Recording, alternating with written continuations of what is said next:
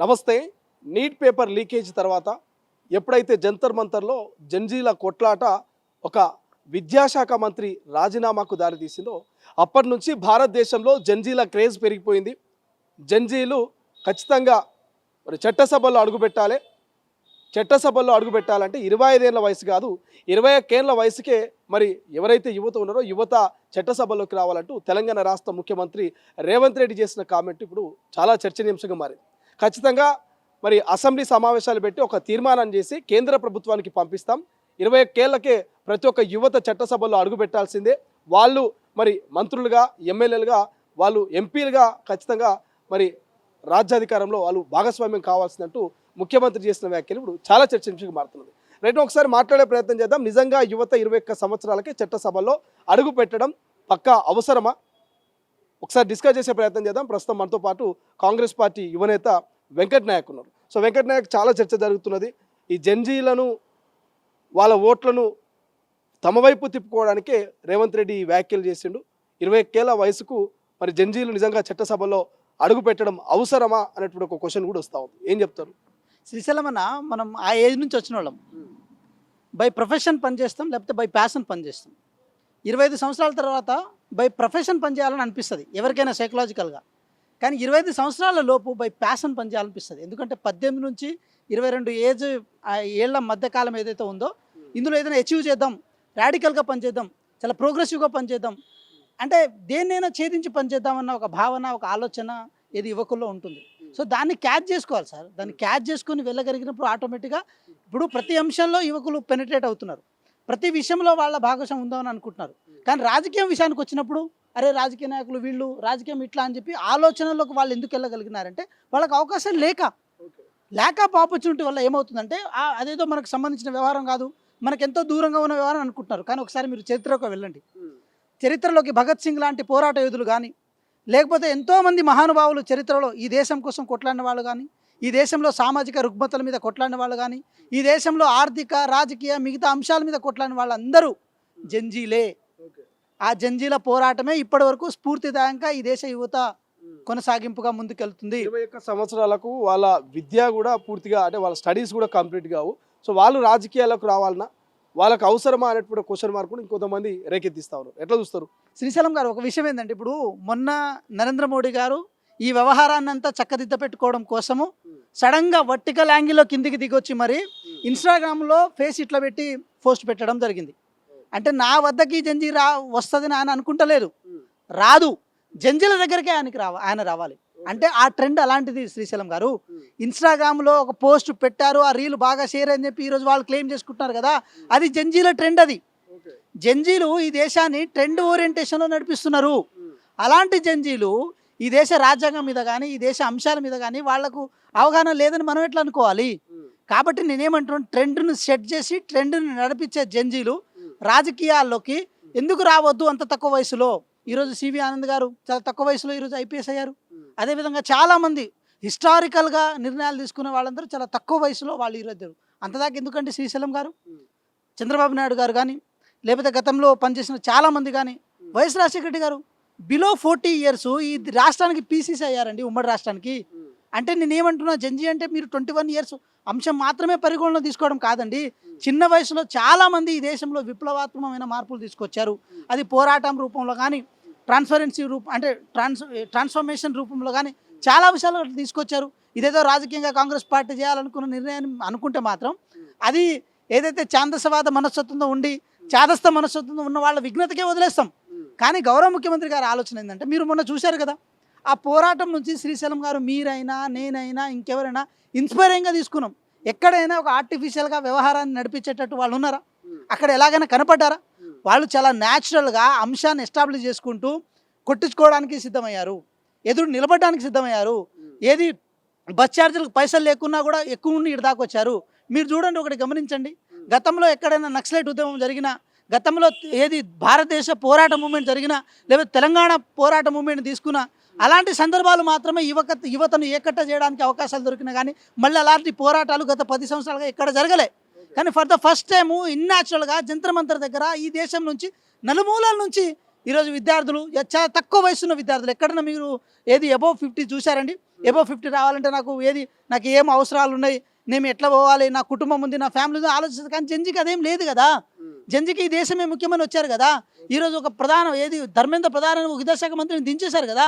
వాళ్ళ పాత్ర, వాళ్ళ యాక్టివిటీ ఒకసారి మీరు చూసిన తర్వాత జంజీలకు రేవంత్ భయపడ్డా, లేకపోతే జంజీల పవర్ను చూసి వీళ్ళని కూడా భాగస్వామ్యం చేయాలి చట్టసభలో అని చెప్పేసి ఈ నిర్ణయం తీసుకున్నారంటే ఏం చెప్తారు? శ్రీశైలం గారు విషయం ఏంటంటే జంజీల ఆవశ్యకత ఈ దేశానికి ఉందని చెప్పి గౌరవ ముఖ్యమంత్రి గారు ముందుగా గ్రహించారు.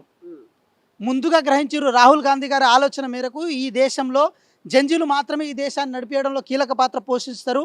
చాలా స్వచ్ఛమైన పరిపాలన అందేయగలుగుతారు ఈ దేశంలో. ఏది రాజకీయాల్లో చట్టసభల్లోకి వస్తే చట్టాల మార్పులో సార్ 2G ఆలోచనతో 6Gని నడిపిద్దామంటే కుదరదు సార్. ఇప్పుడు మనం ఏంటి, ఇప్పుడు మీరు చూడండి, గతంలో మెయిన్ స్ట్రీమ్ మీడియాస్ ఉండే, తర్వాత యూట్యూబ్ ఈరోజు ఈ రాష్ట్రంలో రాజకీయాల్లో కీలక పాత్ర పోషిస్తున్నాయి. తర్వాత సోషల్ మీడియా ఈరోజు ఒక్క మెయిన్ స్ట్రీమ్ మీడియాలో అక్కడ కవర్ చేయకపోయినా కూడా యూట్యూబ్లో కానీ సోషల్ మీడియా కానీ ఇంత వ్యాప్తంగా దాన్ని వ్యాప్తి చెందిందంటే ఆ పవర్ ఎవరి చేతిలో ఉన్నదని ఇంపార్టెంట్ కదా. ఎవరి చేతిలో ఉంది ఆ పవర్? ఈ దేశ యువత చేతిలో ఉంది. యువత చేతిలో పవర్ ఉన్నప్పుడు వాళ్ళకు బాధ్యతయుతంగా అది ఇచ్చేస్తే వాళ్ళు పనిచేసుకుంటూ ఉంటారు కదా. సో ఇప్పుడు ఏది ఐపీఎస్లకు రాని ఏమంటారు రెస్ట్రిక్షన్స్, మిగతా అంశాలకు రాని ఏజ్ రెస్ట్రిక్షన్స్, దీనికి వస్తే ఏముంటుంది అంటే దీనికి ఇప్పుడు ఏజ్ కల్పిస్తే ఏమవుతుంది? దాని మీరు మేబీ చూస్తుండొచ్చు, బీఆర్ఎస్ నుంచి కావచ్చు, ఇటు బీజేపీ నుంచి కొన్ని కామెంట్స్ వస్తున్నాయి. రానటువంటి పట్టభద్రుల ఎమ్మెల్సీలో ఒక జంజీని ఎమ్మెల్సీగా చేసే ధైర్యం రేవంత్ రెడ్డికి ఉందా అనే క్వశ్చన్ వస్తూ ఉంది. ఇప్పుడున్నటువంటి కాంగ్రెస్ పార్టీ ఎమ్మెల్యేల్లో ఒక యువ ఎమ్మెల్యేను విద్యాశాఖ మంత్రి చేసే ధైర్యం కాంగ్రెస్ పార్టీకి ఉందా అనేటువంటి ఒక క్వశ్చన్ మార్క్ వస్తూ ఉంది. ఏం సమాధానం చెప్తారు మీ పార్టీ నుంచి? శ్రీశైలం గారు, ఇప్పుడు రాజ్యసభలో యంగెస్ట్ మ్యాన్ అనిల్ కుమార్ యాదవ్ గారిని ఇక్కడ నుంచి ఎంపీగా పంపించినాం. బల్మూర్ వెంకట్ గారిని ఈరోజు విప్పగా ఉన్నారు, వారిని ఎమ్మెల్సీగా ఈరోజు శాసన మండలికి పంపించినాం. అదేవిధంగా మా ఎమ్మెల్యేలు చాలామంది మొన్న గెలిచిన వాళ్ళు చూడండి, పర్ణికారెడ్డి గారు కానీ, లేకపోతే యశస్విని రెడ్డి గారు కానీ, లేకపోతే రోహిత్ రావు గారు లాంటి వాళ్ళు కానీ, ఇంకా చాలామందికి యువకులకు తెలంగాణ రాష్ట్రంలో కాంగ్రెస్ పార్టీ చట్టసభల్లో ఉంచడం కోసం వాళ్ళని ప్రయత్నం చేసింది. అదేవిధంగా మొన్న లోకల్ బాడీ ఎలక్షన్స్లో కూడా చాలామంది యంగ్స్టర్స్కి అవకాశాల రూపంలో కాంగ్రెస్ పార్టీ ఇచ్చింది. కాంగ్రెస్ పార్టీ అవకాశాలను ఇవ్వడంలో ఎక్కడ ఏది వయసు విషయంలో కానీ చాలామంది సీనియర్స్ ఇప్పటికీ కాంగ్రెస్ పార్టీలో మాకు అవకాశాలు రావట్లేదని అంటున్నారంటే దాని అర్థం ఏంటి శ్రీశైలం గారు? వాళ్ళ పెద్దవాళ్ళ ఆలోచనలు తీసుకుంటూనే కింద చిన్న వాళ్ళకి అవకాశాలు ఇవ్వాలనే కదా. శ్రీశైలం గారు, నేను ఒక 29-30 సంవత్సరాలు ఉన్న వ్యక్తిని ఈరోజు తొలి వెలుగు ఛానల్లోకి వచ్చి మాట్లాడగలుగుతున్నానంటే ఇది నాకు పార్టీ ఇచ్చిన అవకాశం కదా, నేను కల్పించుకున్న అవకాశం కాదు. వెంకట్ నాయక్ అనేటోడు పార్టీ కనుక లేకపోతే నాకెక్కడ గుర్తింపు ఉంటుంది? నాకు పార్టీ ఇచ్చిన ఫ్రీడము, పార్టీ ఇచ్చిన అవకాశం. సో అది కాంగ్రెస్ పార్టీకి సాధ్యమవుతుందని చెప్పి గౌరవ ముఖ్యమంత్రి గారు అంటున్నారు. సో గౌరవ ముఖ్యమంత్రి గారు జంజీలకు అవకాశం ఇవ్వాలి, జంజీలు రావాలని కోరుకుంటున్నారు. ఇక్కడ కాన్స్పిరసీ ఎక్కడ కనపడుతుంది మిగతా పార్టీలకి? కేవలం ఏబీవీపీలో ఆర్ఎస్ఎస్లో పనిచేసిన మనువాదులు, మితవాదులు, ఛాందసవాదులు వాళ్ళందరూ తీసుకొచ్చి దేశాన్ని నడిపిద్దామని చెప్పి నరేంద్ర మోడీ గారు అనుకుంటున్నప్పుడు సో దానికి రిటాలియేషన్ ఏ రూపంలో ఉంటుంది? ఈరోజు నేను ఇప్పటికీ చెప్తున్నాను శ్రీశైలం గారు, ఈ దేశంలో రాజకీయం అంటే ఏదో కొంతమందికే పరిమితమైన అంశంగా గతంలో జంజీలు చూసేవాళ్ళు. కానీ అది కాదు, అది మనది. మనం దాన్ని స్టాండ్ తీసుకోవాలి, మనం దాన్ని క్యాప్చర్ చేసుకోవాలి, దాన్ని అవకాశంగా తీసుకోవాలని చెప్పి జంజీల ఆలోచనని ఒక ముఖ్యమంత్రి స్థాయిలో ఉండి ఈరోజు ఇంప్లిమెంట్ చేద్దామని అనుకుంటున్నారంటే ఇది అప్రిషియేటబుల్ థింగ్. చాలామంది యువకుల్లో ఒక ఆలోచన వచ్చింది. నేను ఒక ఉస్మాన్ యూనివర్సిటీ విద్యార్థిని. సో ఒక జెన్యూన్ పోరాటాలు ఎట్లా ఉంటాయని చెప్పి మాకు తెలుసు శ్రీశైలం గారు. నిజంగా చెప్తున్నాం, మేము ఏమంటారు ఈ దేశంలో జరిగిన స్వాతంత్ర ఉద్యమ పోరాటము ఎలా ఉంటుందో మేము చూడటానికి పోలే, కానీ తెలంగాణ ఉద్యమాన్ని చూసినాం. తర్వాత మళ్ళీ అదే పోరాటాన్ని ఇక్కడ చూసినాం. దీన్ని ఎస్టాబ్లిష్ చేయాలి. పోరాటాల రూపంలో మాత్రమే జంజీని వాడుకోవద్దు. జంజీ అంటే ప్రెజర్ గ్రూప్ కాదు. జంజీ అంటే ఒక పౌర సంఘంలా పనిచేయొద్దు. జంజీ అంటే చట్టసభలోకి రావాలి. కాబట్టి దీని మీద ఇనిషియేషన్ తీసుకుంటాం. నెక్స్ట్ వాళ్ళు ఉమెన్ రిజర్వేషన్ బిల్లు కానీ లేకపోతే డీలిమిటేషన్ బిల్లు కానీ పెట్టడానికి ప్రయత్నం చేస్తున్నారు. అక్కడ 33% ఉమెన్ రిప్రజెంటేషన్ని ఎక్కడ ఏ పార్టీలు కాదనలేదు. కాంగ్రెస్ పార్టీ కూడా దాన్ని ఇంకా సపోర్ట్ చేస్తూ ఉంటుంది, వ్యతిరేకించవు. అదేవిధంగా రేపు ఇన్కేస్ ఆ సీట్ల పెంపులో జంజీలకు కూడా అవకాశం ఇవ్వాలి. తక్కువ వయసు ఉన్న వాళ్ళకు, చిన్న వయసు ఉన్న వాళ్ళకు అవకాశం ఇవ్వాలి. ఇచ్చినప్పుడు ఇప్పుడు ఈ దేశంలో ఉన్న కొత్త వాళ్ళకి తరపున రిప్రజెంటేటివ్ కదా. ఇప్పుడు కనీసం చాలామంది ఎమ్మెల్యేలకు కానీ లేకపోతే ఎంపీలకు కానీ చాలామందికి ఈ జంజీ పడుతున్న కష్టాల మీద అవగాహన లేదు. కనీసం వాళ్ళ ఇప్పుడు గ్రాడ్యుయేషన్ ఎమ్మెల్సీ ఉంది, వాళ్ళ తరపున మాట్లాడడం కోసం ఒక రిప్రజెంటేషన్ శాసన మండలిలో. టీచర్ ఎమ్మెల్సీ ఉన్నారు, వాళ్ళ తరపున మాట్లాడడం కోసం ఒక రిప్రజెంటేషన్. అదేవిధంగా మిగతా ఏదైతే ఉంటారో లోకల్ బాడీ సంబంధించిన వాళ్ళ తరపున మాట్లాడే ఎమ్మెల్సీ. మరి ఇంత పెద్ద యువకులు ఉన్న ఈ దేశానికి ఒక రిప్రజెంటేషన్ ప్రాపర్ వేలో ఎందుకు ఉండదు? వాళ్ళ వయసున్న వాళ్ళకి ఎందుకు ఉండదు? సరే నేను ఏమంటున్నా, ఫస్ట్ స్టాండర్డ్ చదివే స్టూడెంట్స్ కూడా నేను ఎట్లా ఫోన్ వాడగలుగుతున్నా వాళ్ళు వాడుతున్నారు. ఫస్ట్ స్టాండర్డ్ స్టూడెంట్స్ కూడా నేను ఎట్లా ఇంగ్లీష్ మాట్లాడగలుగుతాను నాకంటే ఎక్కువ బెటర్గా మాట్లాడగలుగుతున్నారు. సో అవకాశాలు కనుక వాళ్ళకి ఇస్తే మాత్రం ఈ దేశ నిర్మాణంలో వాళ్ళు భాగస్వాములు అవుతారు. అది తెగించి కొట్లాడే వయసు. ఆ వయసును స్ట్రీమ్లైన్ చేద్దాం. సో దానికి ఏది ఆర్థోడాక్సిక్ మైండ్ సెట్తో చూస్తే కుదరదు సార్. అది దాన్ని చాలా ప్రోగ్రెసివ్ మైండ్ సెట్తో చూడాలి. ఇంకొంతమంది 18 ఏళ్ళకే ఓటు హక్కును కల్పించినప్పుడు 18 ఏళ్ళకే చట్టసభల్లో మేము అధ్యక్ష అనేటువంటి అవకాశాన్ని కల్పించండి, మళ్ళీ 21 ఏందని ఒక చర్చ కూడా ఇంకొంతమంది చెప్తున్నారు. సో దీని మీద మీ కామెంట్ ఏంటి? సార్ 20 సంవత్సరాలు దాటం అంటే టీనేజ్ దాటం అంటారు. టీనేజ్ ఇప్పుడు మనకి ఎప్పుడైనా సరే 14 ఇయర్స్ నుంచి 20 ఇయర్స్ వరకు ఏదైతే ఆ 6 ఇయర్స్ పీరియడ్ ఉంటుందో అది టీనేజ్. అంటే ఆ ఏజ్లో ఒక యువకుడుగా ఒక యువతిగా వాళ్ళ ఆలోచనలు వాళ్ళు ఇదంతా అంతా ఒక మౌటంలో ఉండే థింకింగ్ అది. సో వాళ్ళ పర్సనల్ లైఫ్ ఉంటుంది, అదేవిధంగా ఏదైనా సెటిల్ అవ్వడం కోసం మార్గాలు ఎంచుకునేది ఉంటుంది. 20 సంవత్సరాలు దాటిన తర్వాతనే కెరీర్ ఆప్షన్ ఉంటుంది. ఏది ఐఏఎస్ కావాలా, ఐపీఎస్ కావాలా, డాక్టర్ కావాలా, లాయర్ కావాలా, లేకపోతే ఇంజనీర్ కావాలనేది ఆప్షన్ ఉంటుంది. ఈ ఆప్షన్స్లో ఒక రాజకీయ నాయకుడు కూడా కావాలా, ఒక ఎమ్మెల్యే కావాలా, ఎంపీ కావాలా, మనం ఆప్షన్ కూడా తీసుకుందాం అని చెప్పి ఆ ఆప్షన్ ఇవ్వడం కూడా అప్డేట్ వర్షనే శ్రీశైలం గారు. మేము అప్డేట్ అవుతున్నాం కాంగ్రెస్ పార్టీగా. మూసధోరణితో మేము లేము. సో మూసధోరణితో నేను లేము కాబట్టి మేము అప్డేట్ అవుతున్నాం కాబట్టి మా అప్డేట్ వర్షన్ జెన్జీని చట్టసభల్లో పెట్టడము. ఈ జెన్జీని చట్టసభలోకి ఆహ్వానించడం అనేది బీజేపీ బీఆర్ఎస్ వెల్కమ్ చెప్తుంది, ఆ బిల్లుకు మద్దతు ఇస్తుంది అన్నట్టుగా మీకు అనిపిస్తున్నదా? దీని మీద వ్యతిరేకత వస్తుంది అనిపిస్తుందా, లేకపోతే ముఖ్యమంత్రి రేవంత్ రెడ్డికి మద్దతు వస్తుంది అనిపిస్తుందా? 100% మద్దతు అయితే వస్తుంది, రావాలి. ఎందుకంటే అది అవసరం. ఇప్పుడు ఒక ఏమంటారు, ఒక ప్రభుత్వాలనే పడగొట్టే స్థాయిలో వారు ఉన్న తర్వాత వాళ్ళ తరపున చట్టం చేయడం కోసం వాళ్ళకి అడ్డంకులు ఉంటాయని అయితే నేను అనుకోను. కాకపోతే ఒకటైతే వాస్తవం, చాలా దౌర్భాగ్యం, దుర్మార్గం. ఈ దేశ జంజిని పోరాట పటిమ కలిగిన ఏది యువకులను యాంటీ నేషనల్ రూపంతోనో లేకపోతే విదేశీ విద్రోహ శక్తుల రూపంతోనో పోల్చడం ఏదైతే ఉందో అది చాలా దుర్మార్గకరమైన చర్య. జంతర్ మంతర్లో కొట్లాడిన వాళ్ళు 100కు 100% దేశ యువతనైనా, నిరుద్యోగులైనా, నీట్ ఎగ్జామ్ రాసిన వాళ్ళైనా అనే ఒక క్వశ్చన్ మార్క్ వస్తున్నది. అందులో కొంతమంది అల్లరి ముఖాలు అక్కడ పోలీసుల మీద దాడి చేసారు, అల్లరి ముఖాలు మన భారత పరువును తీసే ప్రయత్నం చేశారు, అల్లరి ముఖాలు కొంత అల్లర్లు క్రియేట్ చేసే ప్రయత్నం చేశారు అని ఒక చర్చ కూడా జరుగుతుంది. సో మీరు ఏం కామెంట్ చేస్తారు దీని మీద? నిజమే అంటారా? 272 స్థానాలు రావాల్సిన చోట 240తో మీరు ఈ దేశంలో గతంలో మీరు పార్లమెంట్ ఎలక్షన్లో మీకు స్థానాలు వచ్చినాయి. ఇంకో కొన్ని 32 స్థానాలు కలిస్తే కానీ మీరు ప్రభుత్వం ఏర్పాటు చేయలే. అంటే సంపూర్ణమైన ప్రభుత్వం అయితే మీది కాదు కదా. సో ఒక ఉద్యమం జరగాలంటే కూడా అందరూ నీట్ విద్యార్థులు, రాసిన వాళ్ళు, ఏది పేపర్ లీక్ అయిన వాళ్ళు, బాధితులు మాత్రమే రావాలని మీరు ఏమైనా గ్యారంటీ ఇవ్వాలా? వాళ్ళకి మద్దతు దొరుకుతుందండి. ఈ దేశంలో మిగతా ఏది లా విద్యార్థుల చేత దొరుకుతుంది, యూనివర్సిటీ విద్యార్థుల చేత దొరుకుతుంది, అదేవిధంగా మిగతా ఆర్గనైజేషన్ నుంచి అందరి నుంచి దొరుకుతుంది. వాళ్ళందరినీ యాంటీ నేషనల్స్, వాళ్ళు నిజమైన విద్యార్థులు కాదని మీరు ఎట్లా అంటారు? మీరు ఎట్లా డిసైడ్ చేస్తారు? మీరు కనీసము సిగ్గుశరం లేకుండా ఢిల్లీలో జంతర్ మంతర్ దగ్గర ఇది జరుగుతున్నప్పుడు నిజమైన పోలీసులు రావాల్సిన చోట దొంగ పోలీసులు వచ్చినప్పుడు మీకే నియత లేదు. ఎస్ఓడి పోలీసులు, ఇంటెలిజెన్స్ ఉంటారు, కొంత యూనిఫామ్ లేనటువంటి పోలీసులు ఉంటారు అనేది కూడా బీజేపీ నేతలు చెప్తా ఉన్నారు. సార్ ఒకటి శ్రీశైలం గారు, ఏదైనా సరే ప్రివెంటివ్ చేస్తున్నప్పుడు, ఒక అంశాన్ని ప్రివెంట్ చేస్తున్నప్పుడు దానికి అథారిటీ ఉండాలి. ఢిల్లీ పోలీస్ అనేది కేంద్ర ప్రభుత్వం సంబంధించిన వ్యవహారంలోకి హోంశాఖ కిందికి వస్తుంది. వచ్చినప్పుడు ఇప్పుడు ఎస్ఓటి పోలీసులైనా వాళ్ళకి బేసిక్ డిగ్నిటీ అయితే ఉండాలి కదా.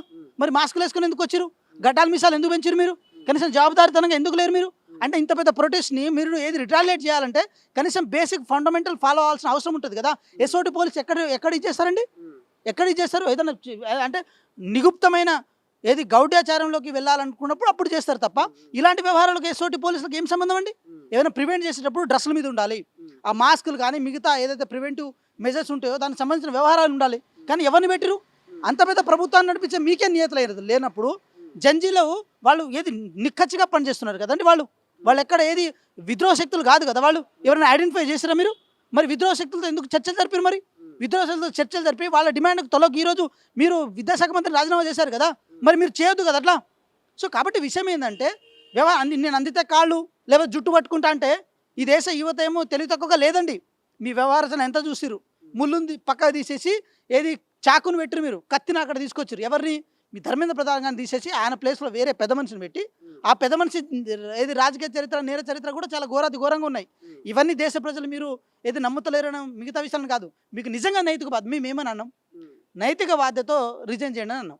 నాకు నైతిక బాధ్యత కాకుండా నా ఫ్యామిలీ ఇష్యూస్ వల్ల నేను రిజైన్ చేస్తున్నాను, ఈ దేశం విద్రోహ శక్తుల చేతిలో వెళ్ళొద్దని చెప్పి చేస్తున్నాను అన్నారు. మరి ఇదే వ్యక్తి 1997లో ఏది ఒరిస్సాలో ఉద్యమం చేసినప్పుడు మరి ఆ రోజు ప్రభుత్వం దిమ్మని అన్నప్పుడు ఆయన సంఘ విద్రోహ శక్తి, మరి అదే సంఘ విద్రోహ శక్తి విద్యాశాఖ మంత్రిగా ఈ దేశానికి ఉన్నాడా? మరి ఇవన్నీ లాజికల్గా మేము కూడా మాట్లాడగలుగుతాం శ్రీశైలం గారు. నెక్స్ట్ ధర్మేంద్ర ప్రధాన్ రాజీనామాను సక్సెస్ఫుల్గా చేసినాం. నెక్స్ట్ టార్గెట్ తెలంగాణ ముఖ్యమంత్రి మరి విద్యాశాఖ మంత్రి అయినటువంటి రేవంత్ రెడ్డి రాజీనామా చేయాలి. 2 లక్షల ఉద్యోగాలు కావచ్చు, లేకపోతే ఫీజు రియంబర్స్మెంట్ కావచ్చు, జాబ్ క్యాలెండర్ కావచ్చు, వీటి పట్ల బాధ్యత వహిస్తూ రాజీనామా చేయాలనేది తెలంగాణలో ఉన్నటువంటి నిరుద్యోగుల డిమాండ్గా తెలుస్తున్నది. ఏం కామెంట్ చేస్తారు? నేను ఏమంటున్నా, రాజకీయ నిరుద్యోగుల కామెంట్ని నేను కౌంటర్ చేయదలుచుకోలేదు. కాకపోతే సార్, టీజీపీఎస్సీ అనేది అది జిఏడి డిపార్ట్మెంట్తో పనిచేసే ఒక వ్యవస్థ, దానికి విద్యాశాఖకి ఎక్కడ సంబంధం లేదు. ఒక విద్యాశాఖ మంత్రిగా ఈ రాష్ట్రంలో ఉన్న స్కూల్స్లు కానీ, అది సెకండరీ కానీ, ప్రైమరీ కానీ, హయ్యర్ కానీ అన్ని ఎడ్యుకేషన్ సిస్టమ్ని చూడడం, అదేవిధంగా గురుకురాలను ప్రాపర్ వేలో చూడడం, దానిలో మన ర్యాంక్ ఎంతవరకు ఉంది, 28 స్థానంలో ఉన్న మన ర్యాంకు 18 స్థానానికి ఎట్లా రాగలిగింది, బీహార్ తర్వాత మనం ఉన్నాం, మనం ముందుకు ఎట్లా రాగలిగినాం, ఈరోజు ఇంటిగ్రేటెడ్ స్కూల్స్ విషయంలో కానీ, లేకపోతే ఫీజు రియంబర్స్మెంట్ విషయంలో కానీ, స్కాలర్షిప్ రూపంలో కానీ, మెస్ ఛార్జీల రూపంలో కానీ, కాస్మెటిక్ ఛార్జీల రూపంలో కానీ త్వరితగతిన ఈ రాష్ట్ర ప్రభుత్వం నిధులను ఎందుకు విడుదల చేస్తుంది? ఒక విద్యా కమిషన్ ఏర్పాటు చేసి ప్రాపర్ గైడ్లైన్స్ తీసుకొని దాని ప్రకారం విద్యా వ్యవస్థను ఎట్లా ముందుకు తీసుకెళ్ళింది? ఈ ప్రభుత్వం వచ్చి రాగానే 11,064 పోస్టులను భర్తీ చేసి విద్యా వ్యవస్థలో ఒక సంపూర్ణమైన మార్పు తీసుకురావడం కోసం ఏం పని చేయగలిగిందని చెప్పి, ఇవన్నీ క్వశ్చనబుల్ థింగ్స్ కదా. ఇవన్నీ గౌరవ ముఖ్యమంత్రి గారు చేశారా లేదని చెప్పి టాపిక్ పెట్టండి. అదేవిధంగా ఒక గ్రూప్ 1 నిర్వహించిన వాళ్ళు గ్రూప్ 1 పేపర్లను అప్పనంగా ఏది వ్యాపార సంస్థలకు అమ్మినట్టు ఇట్లా ఏది పప్పు బెల్లాలకు అమ్మిన వాళ్ళు, అలాంటిది వాళ్ళు మమ్మల్ని క్వశ్చన్ చేస్తున్నారు. అంటే చంపినోడే పాడమోసినట్టు, అంటే ఇదే అనుకోవాలి శ్రీశైలం గారు. మేము గ్రూప్ 1 ఎగ్జామ్స్ని కండక్ట్ చేసినాం, అదేవిధంగా 11,064 పోస్టులను భర్తీ చేసినాము ఏది టీచర్ విద్యా వ్యవస్థలో. ఇప్పటి వరకు దాదాపు 70,000 పోస్టులను త్వరితగతిన మేమే అపాయింట్మెంట్ లెటర్స్ ఇచ్చి మరి దాన్ని భర్తీ చేయగలిగినాం. వాళ్ళు అలా చేయగలిగిరా సార్? నోటిఫికేషన్ ఇవ్వడం అంటే ఎవరైనా ఇస్తారు సార్, కానీ నోటిఫికేషన్ ఇచ్చిన తర్వాత ఎగ్జామ్ కండక్ట్ చేసి అపాయింట్మెంట్ ఆర్డర్స్ ఇవ్వగలిగా దమ్ము ధైర్యం ఉన్నవాళ్ళే ప్రభుత్వంలో ఉండగలగాలి సార్. ఈరోజు గౌరవ ముఖ్యమంత్రి గారు చేసిరు అది.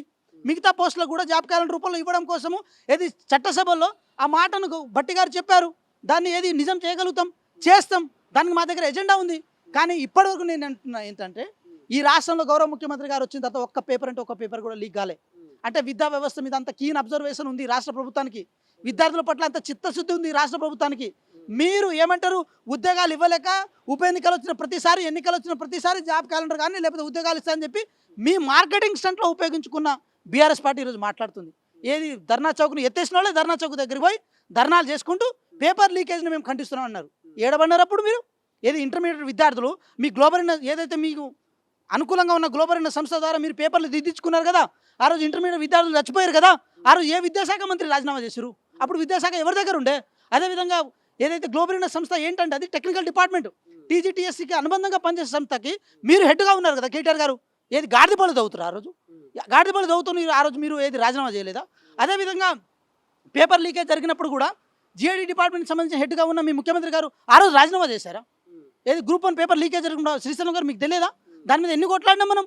సో విషయం ఏంటంటే, వ్యవహారాలు మీ దగ్గరకు వచ్చేంత వరకు మీకు ఆ నొప్పి తెలియదని అనుకున్నప్పుడు తెలంగాణ రాష్ట్రంలో ఉన్న సబ్బండ వర్గాలు ఇవన్నీ మీరు చూస్తున్నాయి, మీ రాజకీయాలు చూస్తున్నాయి, మీ రాజకీయాల దగ్గరుండి చూస్తున్నారు.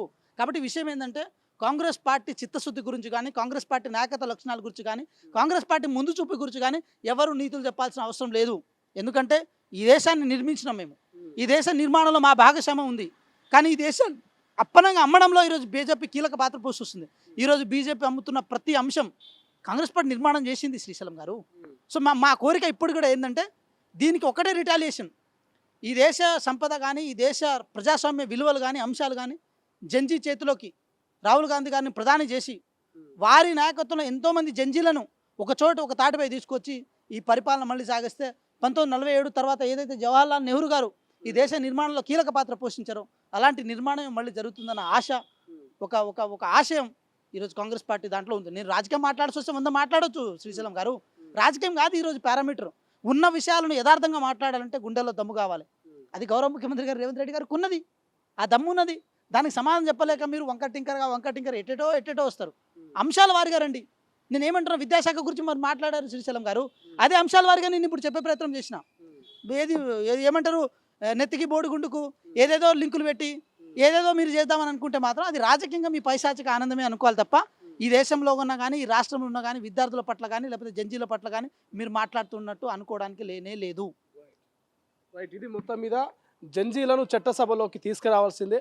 వాళ్ళను చట్టసభల్లో అధ్యక్ష అనాల్సినటువంటి బాధ్యత ఉన్నది కాబట్టి సో ముఖ్యమంత్రి రేవంత్ రెడ్డి యువత గురించి మరి 21 ఏళ్ల వయసుకే వాళ్ళు చట్టసభలోకి రావాలని చేసినటువంటి ఆలోచన, చేయబోయేటువంటి ఆ చట్టం చాలా వెల్కమ్ చెప్పాల్సినటువంటి అంశము. ఖచ్చితంగా యువత పాత్ర చాలా ప్రధానమైనది. యువత ఉండాల్సింది రాజకీయాల్లో. వాళ్ళ ఐఏఎస్లు ఐపీఎస్లు ఎట్లయితే 21 ఏళ్ళకి అవుతున్నారో అదేవిధంగా వాళ్ళకు ఒక ఆప్షన్ ఉండాలి. నేను ఒక రాజకీయ నాయకుడు కావాలి, ఒక పార్లమెంట్లోనో ఒక అసెంబ్లీలో నేను కూడా కొట్లాడాలి, నా ప్రజల కోసం నేను ప్రజాస్వామ్యంలో పనిచేయాలనేటువంటి ఒక ఆలోచన కల్పించాలంటే ఖచ్చితంగా వాళ్ళకి 21 సంవత్సరాలకు ఒక అవకాశాన్ని కల్పించాలంటే కూడా మరి వెంకట్ నాయక్ చెప్తా ఉన్నారు. సో ఖచ్చితంగా ఇది ప్రశంసించాల్సిన అంశము, అందరూ మద్దతు తెలపాల్సిన అంశం అని చెప్పి చెప్తా ఉన్నారు. చూద్దాం ముఖ్యమంత్రికి ఎంతమంది మద్దతు తెలుపుతారు, ఈ జంజీలు మరి ఎంతమంది చట్టసభలో భవిష్యత్తులో కొట్లాడతారనేది.